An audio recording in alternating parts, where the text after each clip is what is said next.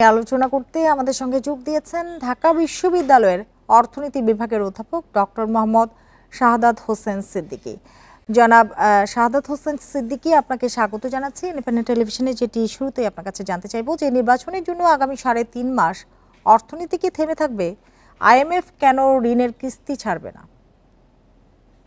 জি, ধন্যবাদ। দেখুন, যে আইএমএফ ছাড়বে না বলাটা ঠিক না, কারণ আইএমএফ আসলে বাংলাদেশের যে ধরনের শর্তগুলো দিয়েছে সেই শর্তগুলো ভালোভাবে প্রতিপালন করছে কিনা সেটা দেখবে, এবং সেটা কিন্তু আগামী ফেব্রুয়ারিতে বলা যাবে যে বাংলাদেশের এই কিস্তি প্রকৃতপক্ষে কতটুকু ছাড়বে এবং যতটুকু বৃদ্ধি করা হয়েছে সেই প্রেক্ষাপটে সরকার কতটুকু চাচ্ছে এবং আইএমএফ যৌক্তিকভাবে কতটুকু বন্টন করছে। এখন প্রশ্ন হচ্ছে যে বাংলাদেশ সরকারের এই প্রাপ্যতা আসলে কিসের উপর নির্ভর করে। আমরা যদি সার্বিকভাবে দেখি যে আইএমএফ এর শর্তগুলা কতটুকু প্রতিপালন সম্ভব হচ্ছে এবং সেগুলো কার উপরে ছিল।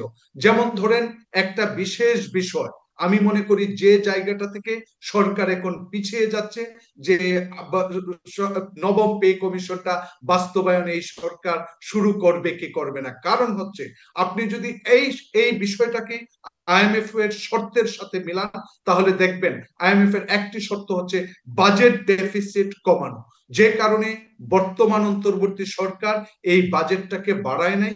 বিগত সরকারের চেয়েও কিছুটা সংকুচন, যেটা ইতিহাসে 54 বছরের একটা ইতিহাস সৃষ্টিকারী বাজেট, সংকুচনমূলক বাজেট। কিন্তু প্রকৃতপক্ষে সেই সংকুচন সত্ত্বেও আমরা কি বাজেট ডেফিসিট কমাতে সক্ষম হব?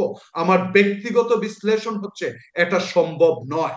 অর্থাৎ আইএমএফ এর শর্ত পূরণ সম্ভব নয় এবং বাজেট ডেফিসিট যে কমিয়ে আনা সেটাও সম্ভব হচ্ছে না। কারণ হচ্ছে, প্রকৃতপক্ষে সরকারের যে আর্থিক সক্ষমতা, সেই সক্ষমতার জায়গায় দুর্বল দিক ফুটে উঠছে, যে কারণে কিন্তু সরকার সম্ভাবনা দেখছে যে আইএমএফ টাকা দিবে কি দিবে না। সেই জায়গা থেকে সরকার, অন্তর্বর্তী সরকার পিছিয়ে পড়ছে যে একটা নবম পে কমিশন বাস্তবায়ন করা যাবে কি যাবে না। কারণ যদি এটা বাস্তবায়ন করা যায়, সরকারের প্রকৃতপক্ষে যে আর্থিক সক্ষমতা রয়েছে, যেটা আমরা সাধারণ মানুষ হিসাবে ভেবেছিলাম সেই সক্ষমতা বাড়বে, কিন্তু সেই দৃষ্টান্ত কিন্তু স্থাপন করতে জি, পারে নাই। জনাব শাহাদাত হোসেন, নতুন পে স্কেলও নির্বাচিত সরকারের হাতে ছাড়তে চাচ্ছে অন্তর্বর্তী সরকার। সরকারি চাকরিজীবীরা এটা কিভাবে নেবেন?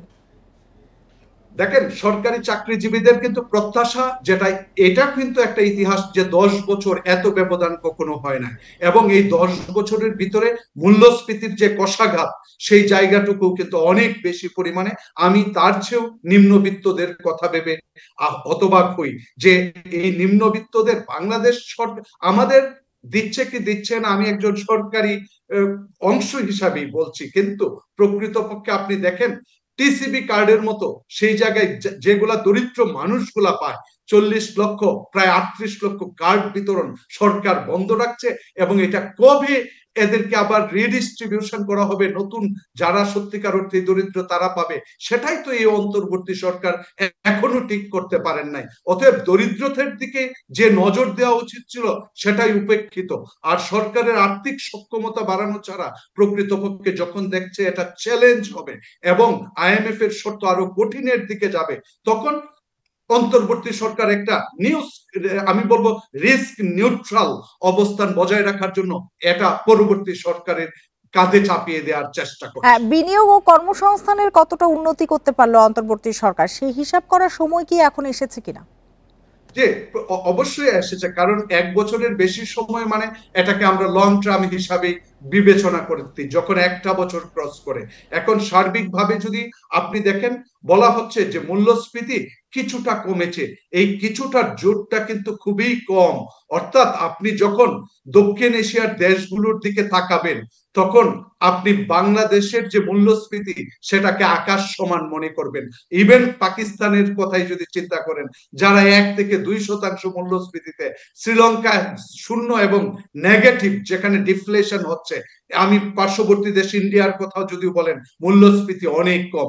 অতএব বিশ্বে যখন মূল্যস্ফীতি কম, এখনো আমাদের এত উচ্চ মূল্যস্ফীতি, তার মানে হচ্ছে অর্থনীতি যেভাবে স্টেবিলিটির কথা আমাদের প্রত্যাশা ছিল, সেই জায়গাটায় পৌঁছাতে আমি মনে করি একটা দুর্বলতা এই অন্তর্বর্তী সরকারের প্রকাশ পেয়েছে।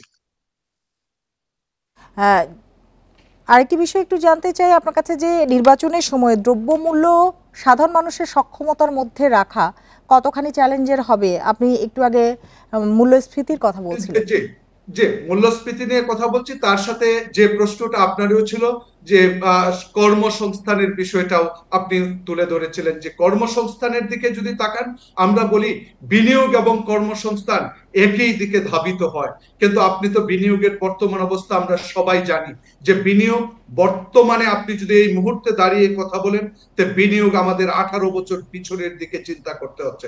অর্থাৎ দেশীয় বিনিয়োগ তো হচ্ছে না, বৈদেশিক বিদেশি বিনিয়োগেও আসছে না। অতএব বিনিয়োগ যখন স্তীমিত হয়ে যায়, 18 বছর পিছনের দিকে চলে যায়, তখন বুঝাই যাচ্ছে যে আমাদের যে কর্মসংস্থানের সৃষ্টি হচ্ছে না, প্লাস হচ্ছে আনএমপ্লয়মেন্ট বাড়ছে, সেটা কিন্তু সরকারি পরিসংখ্যানও জি। চলে আসছে। অতএব জনাব ডক্টর এই যে মোহাম্মদ সাদাত হোসেন, আমাদের হাতে একেবারেই সময় নেই। আপনাকে অনেক ধন্যবাদ আমাদের সাথে যোগ দেওয়ার জন্য, আমাদের সময় দেওয়ার জন্য।